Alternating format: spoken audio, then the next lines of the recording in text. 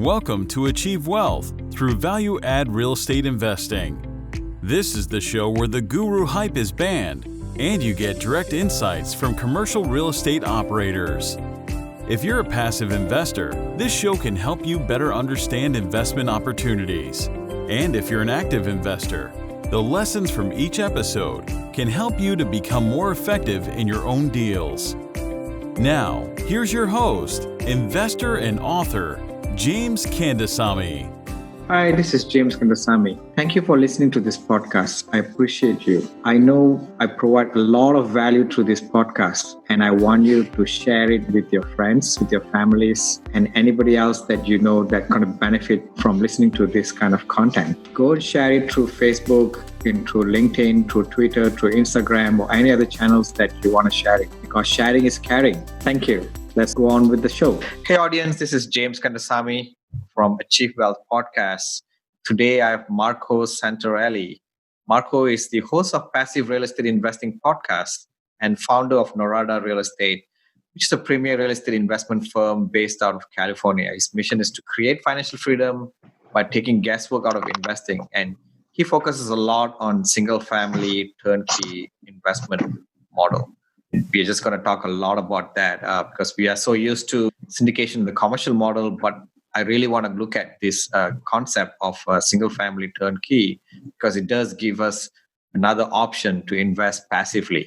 So, hey, Marco, welcome to the show. Thanks, James. I'm happy to be here, and I'm looking forward to sharing some value with your audience.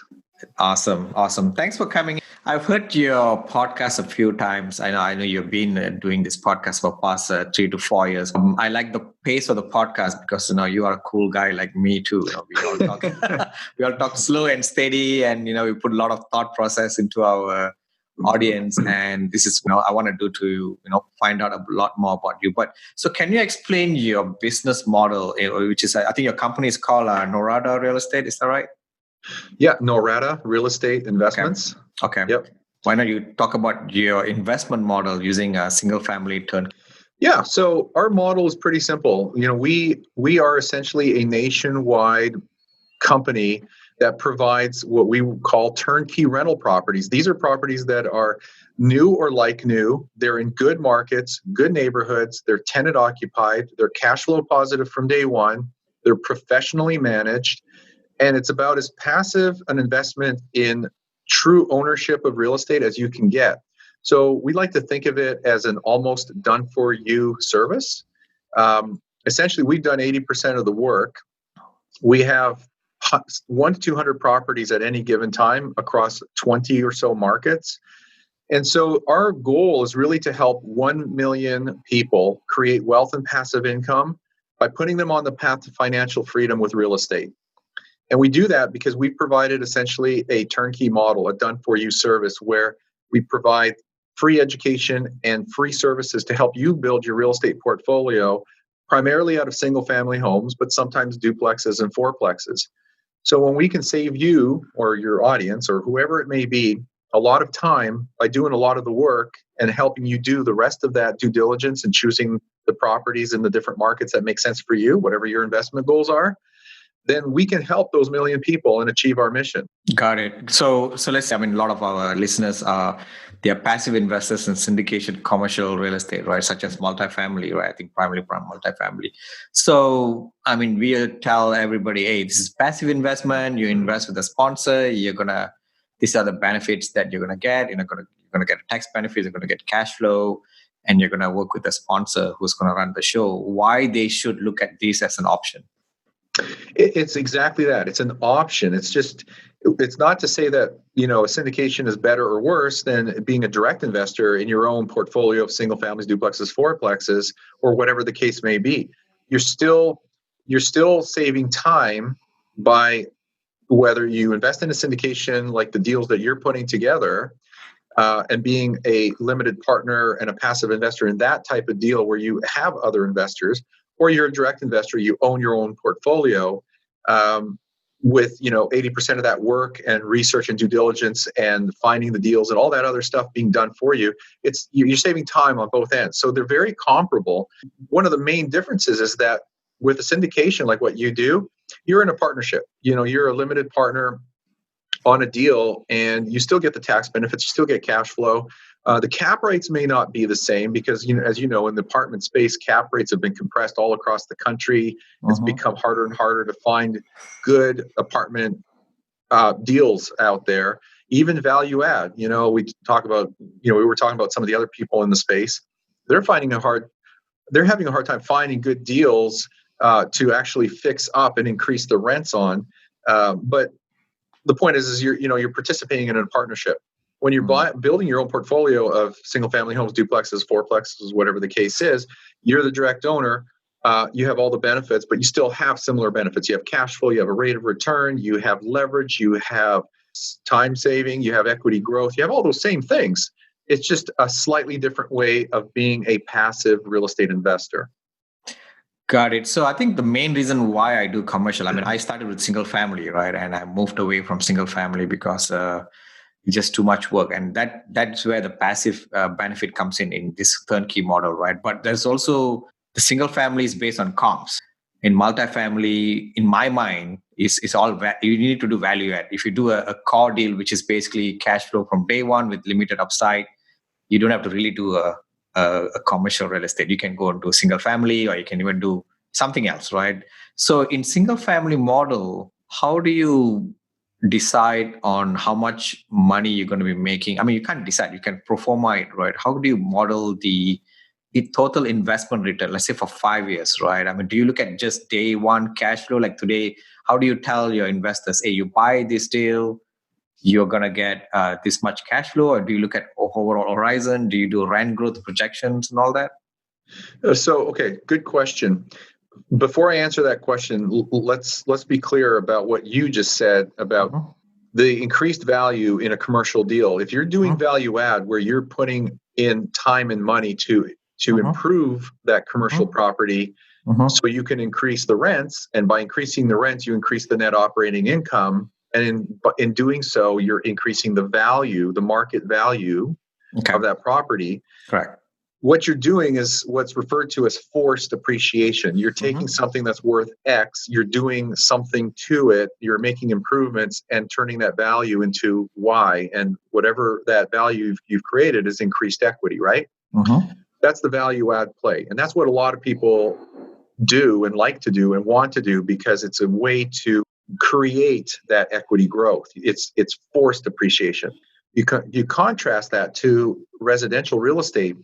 Residential real estate is valued upon the sales comparables within that local area, that neighborhood, and that market. So as a market appreciates, as neighborhoods appreciate, the value of your property goes up as well.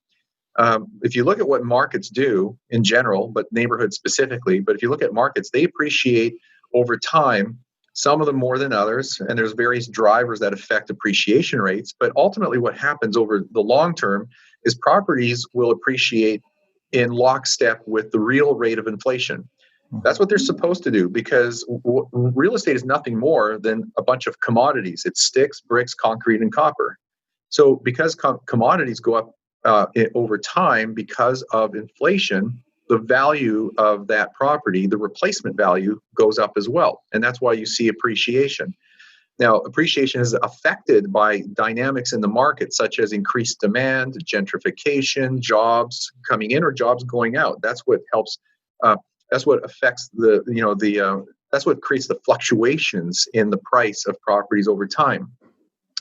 But to your question, how do you profit? How do you measure your returns with real estate? I break it down into 5 categories. One is your income. That's the cash flow from the property. Every month, your property is generating net income, and that's cash flow. It goes into your pocket or your bank account. It's real spendable cash. Number 2 is you have equity growth through the amortization of the loan. If you finance it, which you should, because that's the beautiful thing about real estate, is your tenant is paying off your mortgage for you each and every month. So every month you have a little bit more equity in the property because the loan balance has been amortized a little bit more and more and more every month. Thirdly, it's what we just talked about, appreciation through the market dynamics that just happens over time because of inflation. So your equity grows that way as well. That's the third thing. The fourth benefit is a form of a return, but it's it's a more of a stealth return, and that is the tax benefits through the depreciation on the property. With commercial, you can depreciate the improvements over 39 years. With residential, you actually have a shorter cycle. It's 27.5 years. So the IRS allows you to depreciate the improvements every year over the course of 27 and a half years. That is a direct benefit to you. You don't have to spend a single penny to get that phantom write-off. It's a real write-off, but you don't have to spend a dime to get it. And that's beautiful because it helps increase your overall return because it diminishes the tax impact you have on the cash flow from that property. It's a beautiful thing. It's one of the greatest things about real estate that you can't do with any other asset class. And the fifth thing, last but not least, is something that you will appreciate, and it's one of the most powerful things about real estate and this asset class of real estate, and that is leverage. The fact that you can borrow 70 to 80% of the purchase price from a lender and put down only 20, 25, 30% of that purchase price to own 100% of that asset, control 100% of the asset, have 100% of the benefits of that asset is unheard of. It's incredible. Yeah. So that leverage not only magnifies your rate of return, but it accelerates your equity growth and your wealth creation over time through investing in real estate. Oh, that's awesome, Marco. So the question I have for you, I mean, I'm just trying to compare the forced appreciation versus the Rancom. I mean, the benefits of real estate, you can get it even on multifamily residential, right? I mean, unless you go to the strip center or the commercial, the office type of it, where depreciation is 39 years. But just looking at forced appreciation versus Rancom appreciation, because I think in single family, you really have to wait for the neighborhood to gentrify, the inflation and all that, right? So I mean, compared to value add a multifamily versus a turnkey single family, I'd still see a gap in terms of the amount of return that you can get, or how's the expectation of return from the investors for turnkey single family versus a value add multifamily? You actually, believe it or not, the overall rates of return on single family homes on residential real estate net out or pencil out to be higher often than a value add commercial play. Unless you have a really good syndication that is mismanaged or has a lot of upside potential where you can come in and create that value and have those returns in 3, 5, 7 years when you exit out of that development or that project, your upside potential is typically higher with real estate. If you measure it in terms of the IRR, the internal rate of return, it's not uncommon to get in the 20 to 30% range with your internal rate of return on residential real estate. So you have to look at it this way: you have your cash flow and your cash on cash return. Okay. You're much like commercial real estate. Okay, your apartments. With residential, often your cap rates, your capitalization rates are going to be a little higher than in commercial. The cap rates in the commercial space have been compressed much more so than residential, but also because residential, particularly single family homes, are so abundant, it's the most abundant and available housing stock in the country, you have the ability to pick and choose from a wide variety or wide list of markets, submarkets, and neighborhoods. With all those variables, with that amount of choice, you can actually pick the types of cap rates and returns that you want. So if I want better cash flows, I know the markets to go to and the neighborhoods to be in to get those higher cap rates and those higher cash on cash returns. If I want greater equity growth, greater appreciation potential, I know the markets to go to and the neighborhoods to be in because I see what is going on in terms of growth rates. So I can ride that equity wave or that appreciation wave, not to speculate, but just because I know what the trend is in the market. So I can actually have the best of both worlds. I can have lots of cash flow, some growth. I can have lots of growth and some cash flow, or I can have a hybrid of the two. And those are the three market classifications that we have when we work with clients, because we ask them, do you want more growth potential or do you want more cash flow, or do you want kind of the best of both worlds and somewhere in the middle? And in doing so, we can help determine, not predict or guarantee, but we can help determine the path that investment will be on over the course of the next 2, 3, and 5 years. So when you look at and just to finish answering your question, I will say this, that most properties in good areas, like healthy markets in good neighborhoods, tend to appreciate anywhere from 3 to 6% per year on average over the long term. Why? Because of what I said before, they tend to keep pace with the real rate of inflation. Sometimes things move that appreciation rate up faster, and sometimes it drags it down slower. And a lot of that has to do with jobs and job growth and the economics, or the industry, what's going on in the market. But when you smooth those things out and you average it out, you can expect to see 3, 4, 5, 6%, sometimes 7% average rates of appreciation over time. So when you do the math, when you add up your cash flows and you add up your equity growth, that's your total return. And when you take that total return and you divide it into what your initial investment was, you tend to find that you have double-digit returns on your investments in residential real estate.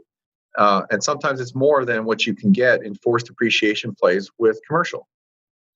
Got it. So I think what you're saying is, with the cap rate compression in the multifamily space, or anything right now, right, in commercial space, everything is compressed. You are not getting really good cash on cash, I guess, right? I mean, unless you go and find a really good value add where you can get on the back end, right, where you can get the profit on the back end. Your cash on cash, and you're doing a pro forma, it's I think in single family, because I've done single family, I know the cash flow is much better than multifamily, right? Is that a true statement? The cash on cash is much higher, right, on a true basis. Yeah, often, most of the time. It depends on the deal, but most of the time, that's what you'll find. Yeah, but the problem with doing that cash on cash is, like, when you manage your own rental, you put a lot of time too into it, right? So people don't want to do single family. It's not more passive. It's become an active investment, right? Well, that's only if you choose to manage your own properties. Almost all of our clients never manage their own properties. We actually suggest they don't and recommend they don't. They can if they want to, but the reality is they're investing in other markets. It could be hundreds of miles away, sometimes thousands of miles away. That's why you bring the value, I guess, right? As a turnkey investment company. Yeah, your rentals are 99% of the time being managed by a local company, a local full-service property management company that is taking care of everything from soup to nuts. So they're screening the tenants, placing the tenants, collecting the rents, doing inspections, handling any tenant questions or repair issues. They're basically doing everything. You never hear from them. Every month you get a deposit into your bank account because they're forwarding you the net rent. Great. That's what I want to see, because I have my rent coming in to the bank account every month, and then I have my principal, interest, taxes, and insurance coming out. So I get a deposit every month, and my expenses are being paid every month, and I don't see it happen. I see it in my bank statement, but I don't have to be involved in it. It's basically real estate investing and cash flow on autopilot. The only time I hear from the property management company is when there is if and when there is a repair issue that is above a certain dollar amount, let's $300-400, then they have to get my approval for it, and then we have them go out and get bids, and we just take care of whatever repair needs to be made. That's it.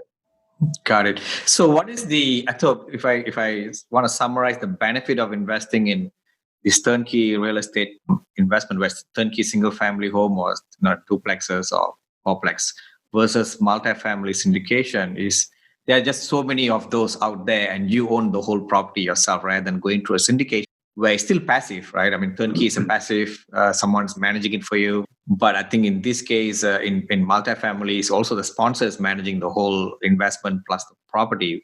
But I think there's a lot more inventory to get in, and you own the whole thing, right? You can decide yourself, right?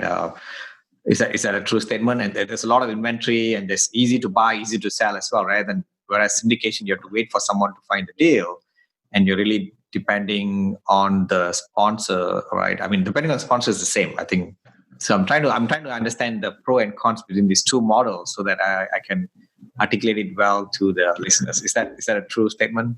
So a syndicated deal, if you're investing in a syndication, like like an apartment complex or whatever you're doing, a commercial deal, a syndicated deal, it actually is a little more passive than than the passive investments we have to offer, because you're removing one layer of involvement, which is you as the owner, you as the investor, working with your property management company that's managing your property.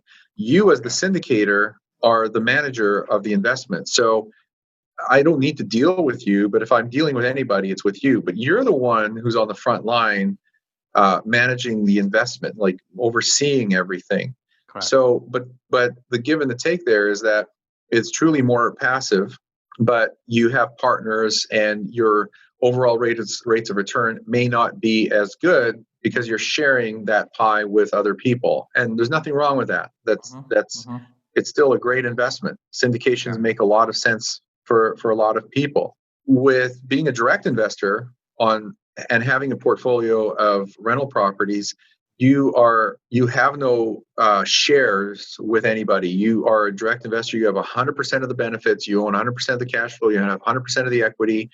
It's 100% yours. You hire your property managers just like you do with a syndication. You have a management company involved.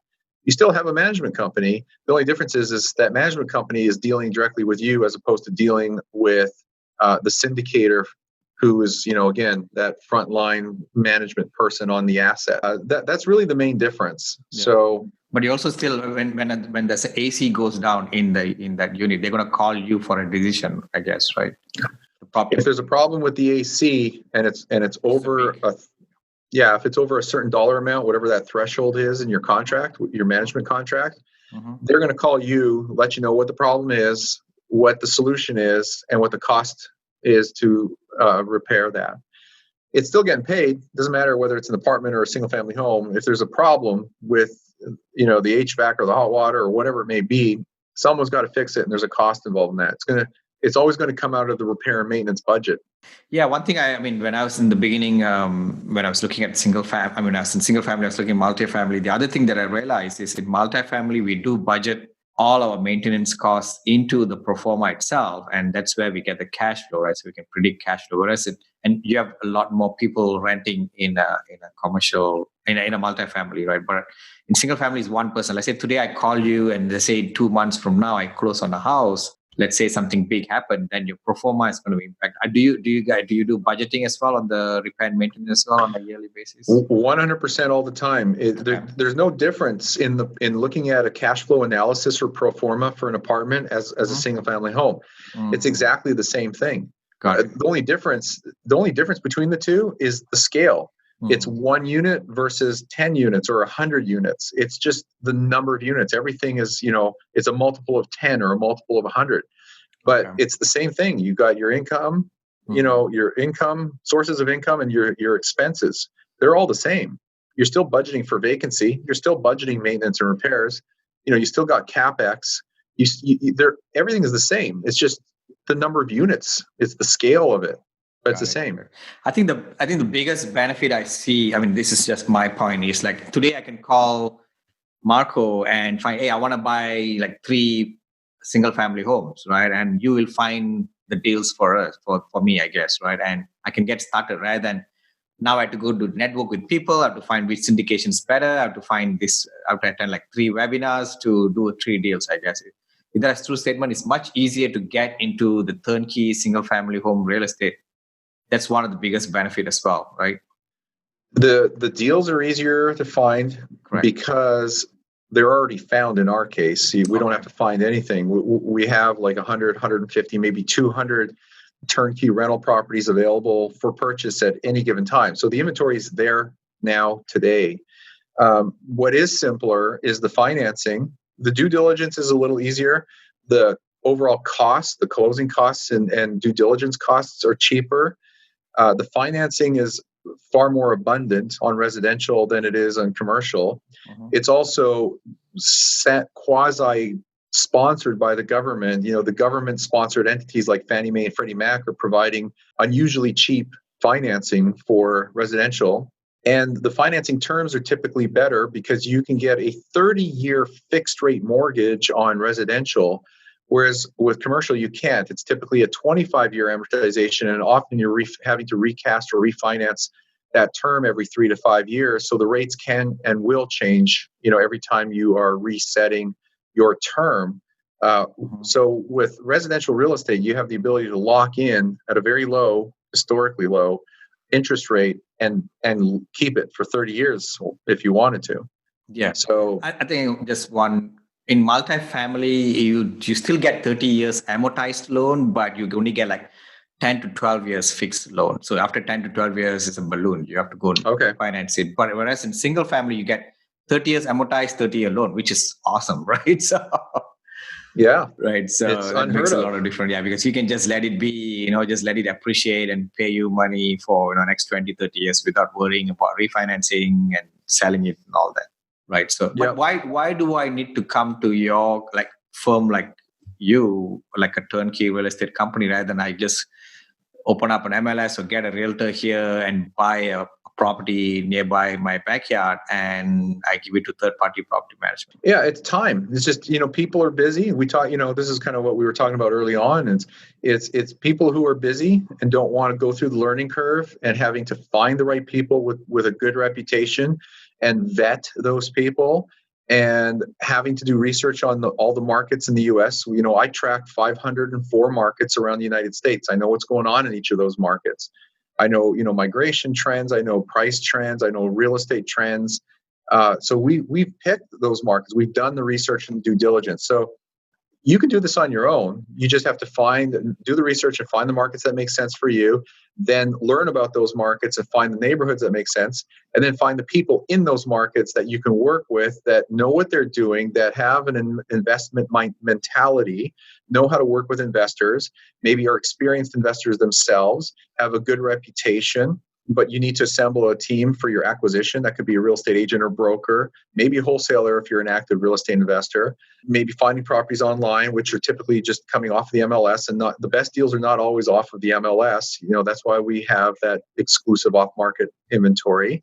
You need to do the same thing with your property manager. You need to find a reputable, reliable property management company that provides all the right services for you. The title company, the lender, the inspector, the asset protection attorney, your tax advisor, and any other types of inspectors that you need. We've already done all that. It's already under one roof. It's there available for you. The resources are going to be given to you. So can you do it on your own? Absolutely. The question is do you want to do it on your own and reinvent the wheel, what we've already done? Some people do and do it well. Some people do and fall down and make a lot of mistakes and learn from them, but you can do it on your own. It's just we save you a lot of time. But here's the other just to kind of a little plug.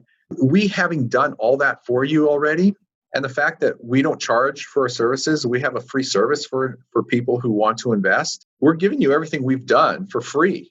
So why not take advantage of it? Why spend all the time and reinvent the wheel when you can already we can give you the wheel at no cost?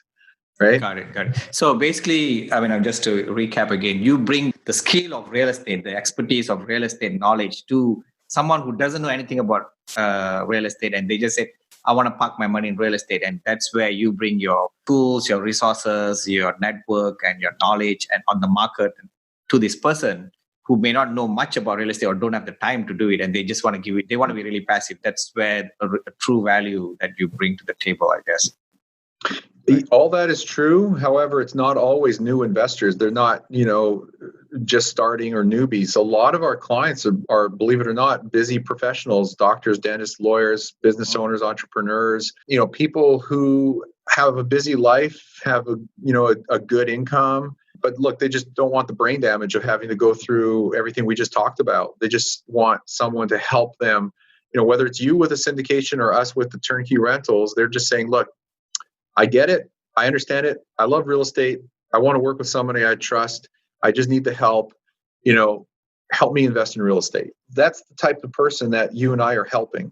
Got it. Yeah, that's a huge value for a lot of people as well, especially people who want to get into real estate, they may not know about syndication, or even though they know, they do not want to go with the syndication route. They say, let me buy a house on my own. I have this company who's helping me with everything, And I mean, just for your audience, before we start the podcast, I was talking to Marco about, hey, how do you guys make money? Do you want to clarify that? I mean, because you're giving a lot of services free in the front end. What's your business model like? Yeah, so I've probably mentioned it like 3 times here in this recording with you. Sorry about that. Yeah, no, I'm saying that we've said that our services, we provide a lot of value and education and provide a complete valuable service, and we don't charge you as a client, as an investor. Okay. So the question I often get asked is, well, okay, that's all sounds awesome, but how do you stay in business? How do you make money? Well, it's very simple. If you just think of traditional real estate, like where you have a real estate brokerage, 99.9% of the time, that brokerage is getting paid a commission or some sort of marketing fee from the seller, the sales end of the transaction. You have a buyer and a seller, but it's typically the seller that's paying that commission or that marketing fee to the real estate brokerages and agents. It's similar in our model. Our compensation comes from the sales side of the equation, not the buy side, which is you, the buyer, our client. So because we get compensated, a small fee for each transaction we do on the sales side, that allows us to stay in business provided we're doing volume. And that's exactly what we do. We're one of the largest nationwide providers of turnkey rental properties. And, we've been doing this for 15 and a half years. And actually, this is new news. This just literally got announced publicly 2 days ago. Today's Friday. It was Wednesday morning. But we came out in the top 20% of the Inc. 5000 this year. So we're doing something right. Yeah, absolutely. Absolutely. So let me ask you a little bit more about demographic questions, right? Because whenever in multifamily, we do our analysis and we go for all these conferences, and not everybody's saying, the trend does show that a lot of renters are becoming apartment renters rather than a single family. Right? People are moving out. Millennials are going more into apartments. There's a lot more demand in the apartment compared to single family. What do you think about that? But I'm not sure what the actual question is, though. Well, the question is people abandoning single family homes to go and stay in apartments? I don't see that trend. Here's why. There is such a massive shortage of housing in this country. The only reason people would be moving from single family to apartment is 2 reasons. One, they want to be closer to work or the inner city. And that's what all they can afford, because it tends to get more expensive as you get close to the inner core or the inner city, or where you have the largest concentration of jobs.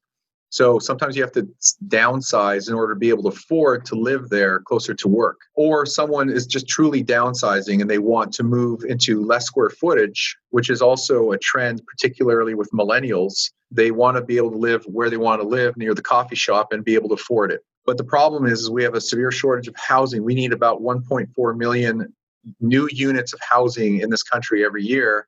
And we're probably only producing 700,000 or 800,000 new units. So there's a tremendous shortage. So people are living wherever they can find housing, particularly affordable housing. There is a strong trend across the entire spectrum, not just apartments, but single family homes and duplexes, whatever the housing unit is. There's demand across the country for product. There's not enough supply, and demand is strong. So it's good for you and I, us as real estate investors. But I haven't really seen any strong data to show that people are abandoning single family homes. They're being snapped up left, right, and center wherever they can. Got it. So it probably is more of just a housing shortage in general. Everybody's shortage of housing, and that's really good for single family homes and apartment homes. What about the buy versus rent ratio, right? Because in your model, the person is buying. I mean, let's say if I look at a person who is renting a home versus person who's buying a home, do you think there's a ratio impact over there in single family versus multifamily, with the mortgage rate now going down so low, right? People can buy houses, right? Like I'm sure, a person in a demographic, let's say in a millennial, right? He probably want to buy houses rather than rent, because now buying is so cheap. Well, there's a desire for many to own, but the reality is that even though mortgage rates have come down, making it more affordable for a lot of people. The reality is that property values have appreciated quite a bit in almost every market around the country. So while mortgage rates are coming down, property values have gone up. So we still have this issue of a shortage of affordable housing.